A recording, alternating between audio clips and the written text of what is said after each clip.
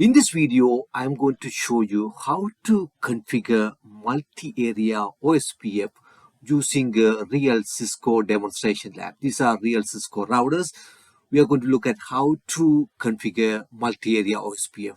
In this topology, we have three areas. Area 0, that is the backbone area, and area 1 and area 2. We're only going to do the configuration in R1, R2 and R3. R4 and R5 has already been configured with OSPF. Let's go to R5 and issue a command, show IP protocols. You see it is already running OSPF process 1. R4 is also the same. Show IP protocols. There's nothing running here. Same thing with these two routers. So now I'm going to go to R1. If you look at R1, R1 is the area border router because it is connecting multiple areas, because this link is in area 1, this link in area 2, this link in area 0. So it is connecting routers in multiple areas. That is why it is called ABR, area border router. So let's go to R1 and we are going to configure OSPF on the WAN and LAN interfaces. This is the LAN interface. These two are WAN interfaces. I'm going to paste the command to save some time. So we say router OSPF 1, that is a process ID, and we are advertising these two WAN links in 172 network, and this link also a 172 network. So we are advertising all three in R1. So let me explain to you about this OSPF process ID. In here we have used process ID 1. That's what people start to use when we start to configure OSPF process. This ID is only locally significant. It does not have to match between routers. We can say 10 or 100, that is fine. Its value has to be within the range of 1 to 65,535. So you need to specify this command to start the OSPF process, and then only you can advertise the network within that process. Once you advertise this network, the router will start to establish neighbor relationship with other routers running OSPF protocol.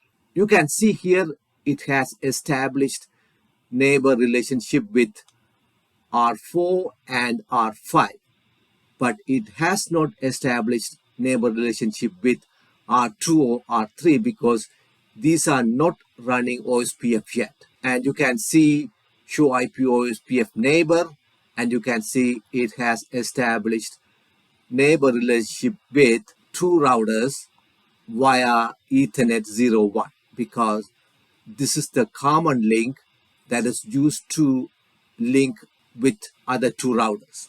There are multiple ways you can advertise a network into an OSPF process. In router R1, we have used network statement to do that. But when I do the configuration in R2 and R3, I will show you other ways you can advertise a network into an OSPF area. Now I'm going to do the configuration in R2.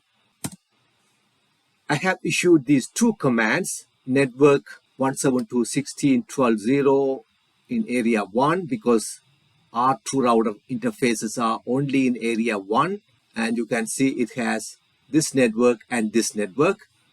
So I have advertised both network using the network statement. So now I'm going to go to do the configuration in R3. In R3, I'm going to do it in a different way. So you can see I have OSPF process ID 3, and I'm advertising these two networks in R3. So I use network statement to advertise the WAN link.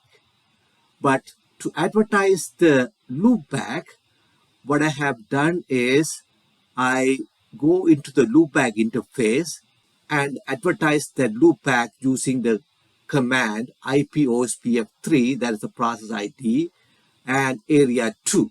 So I did not use network command to advertise this loopback.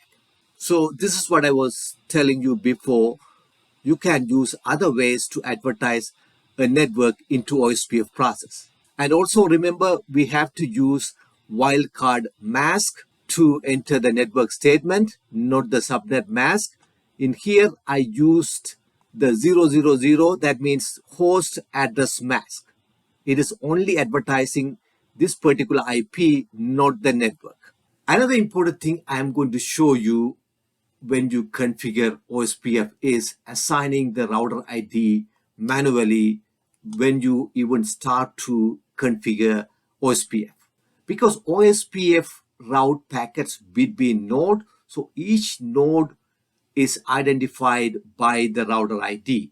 In this case, it picked the highest IP address of an interface as the router ID, because the sequence of selection for router ID is it will look at a loopback address to assign as a router ID. If you have multiple loopback, it will set the highest loopback as the router ID. If there's no loopback in R1, we don't have any loopback. So it picked an interface which is up with the highest IP address. That is why it got the router ID of 172.16.1451. So it is always a best practice to assign the router ID manually. To do the router ID, you need to go into OSPF routing process and assign router ID 1111. This is called dotted decimal number. It doesn't represent an IP address. To assign a router ID, you need to go into routing process and say router ID 1111. It is a dotted decimal number. It doesn't represent an IP address. Once you assign a new router ID, it tells you it will take effect only if you restart the OSPF process or you restart the router. Now I'm going to restart the routing process, clear IP OSPF process, reset all OSPF processes. Yes. You can see it is re-establishing all the neighbor relationship now to make the new router ID effective. So now we go and issue the command, show IP protocols, include ID, and router ID has changed. Now I'm going to show you some very useful Cisco commands to verify OSPF functionality. The first command you can use is show IP protocols. This will give you a lot of good information about the OSPF process running on your router, including the router ID. So we move on to R2, and I have done the same thing to R2 and R3 by changing the router ID and clearing the OSPF process. And you can see show IP protocols, router ID has changed to 2222, and in here also same 3333. But if you want to see the router ID only, you can say show IP protocols, include ID. That will tell only the ID. So let's move on to the next command, show IP OSPF neighbor. I'm issuing that on R2 and doing that on R3 also. This command will tell you a lot of information about your neighbor. Neighbor ID tells you what is the ID of your neighbor, that is R1. And priority tells you priority on the neighbor interface that is used for DR and BDR election. And the full state represent the final stage of the OSPF neighbor establishment process and denotes that the local router has established full neighbor adjacency with the remote OSPF neighbor. So this router R3 has the full neighbor relationship with R1. Let's go to R2 and look at the same thing. And you can see it established full relationship with R1, but this is a dash. And in R3, this is DR. In OSPF, DR, BDR election happen only on multi-access Ethernet link. If you look at here, this is an Ethernet link. It's a multi-access link, but this is a serial link, which is a point-to-point. That is why it says there is no DR, BDR election needed in a point-to-point link. And this is the address of the interface, and this is the interface used to establish the neighbor relationship. And you can see the dead time here. When the timer expires, the router terminates the neighbor relationship. So each time that the router receives an OSPF hello packet from a specific neighbor, it resets the dead timer to its full value. So if you look at here, you can see the timer is changing. It is reducing the timer. Once the hello message arrives, you see it increased the value to the full value. Say for example, if I go to this router and let me shut down this link, say ETH00, can't T int ETH00 shut, and let's go to R3 and observe the neighbor relationship.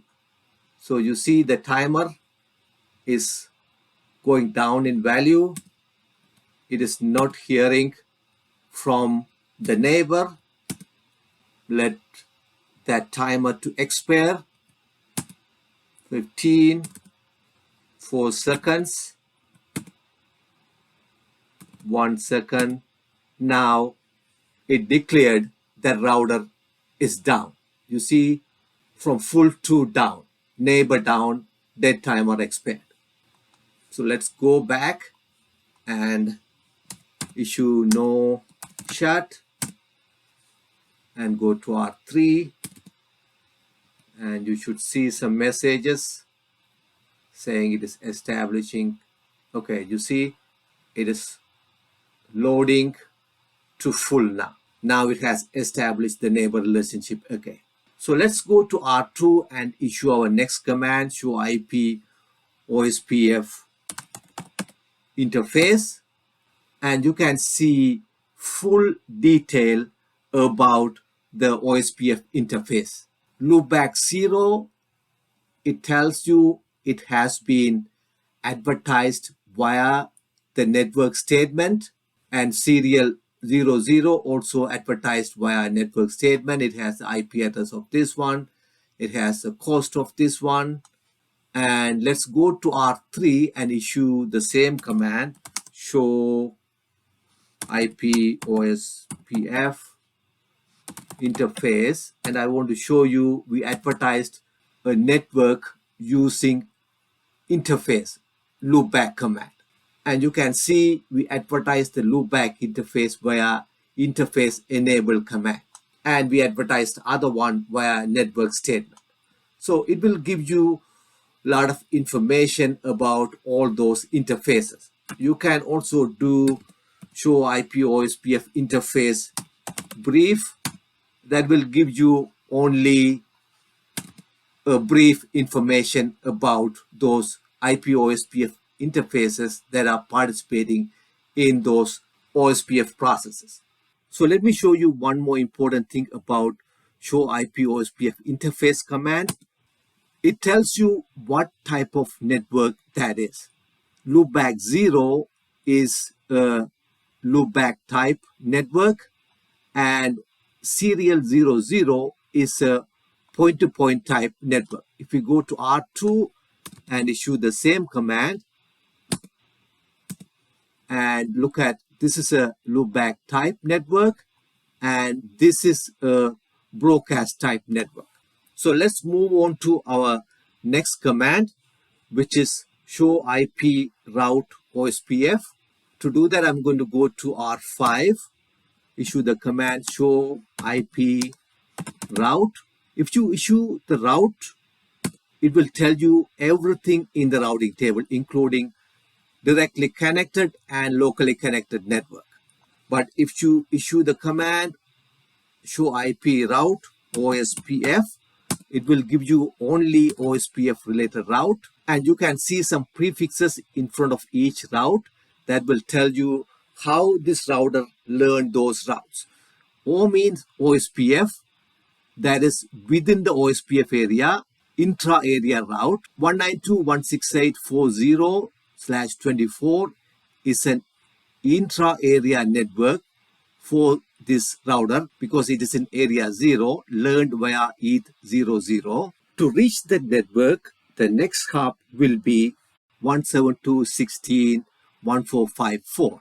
So that is going to be this IP.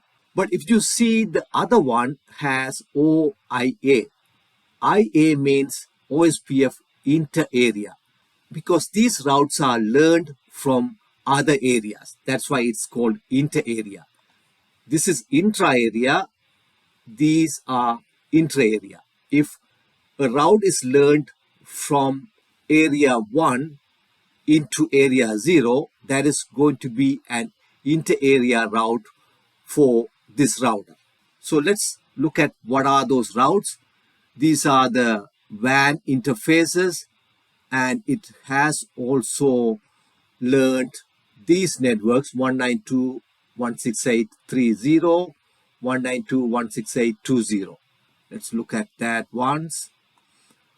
192.168.21.31. And you can see it is a host route. The reason is, if you look at here, let's look at these routes. Loopback 0, loopback 0 here. But if you look at the other routes, they are showing the network. So how do we fix this? I'm going to show you this as an example on how to fix this, because 192.168.40.24 also a loopback address. And let's go to R4 and find out how it has been configured. Show run int loopback 0. And you see there's a network statement called point to point.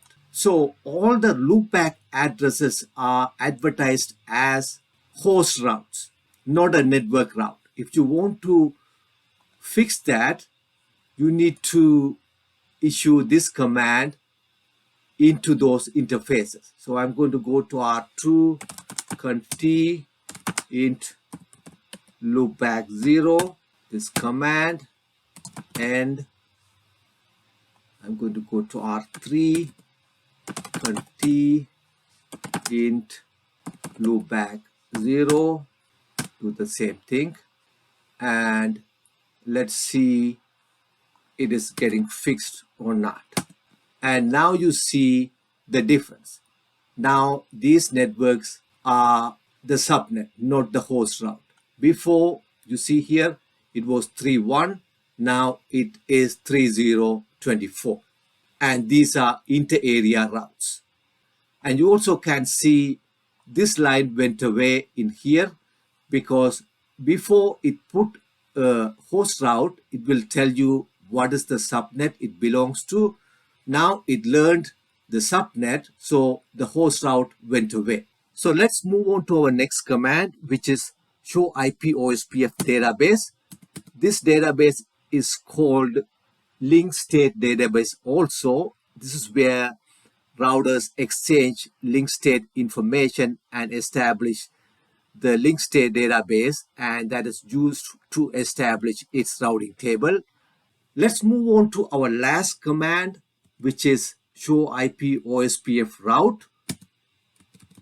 This will give you clear separation of intra-area route and inter-area route. You can see intra-area route list, intra-area route path list, and inter-area route list. Hope this video is helpful for you to understand multi-area OSPF configuration. If you appreciate the content, give me a thumbs up. Also, please consider subscribing to the channel and turn on the notification for my future video updates.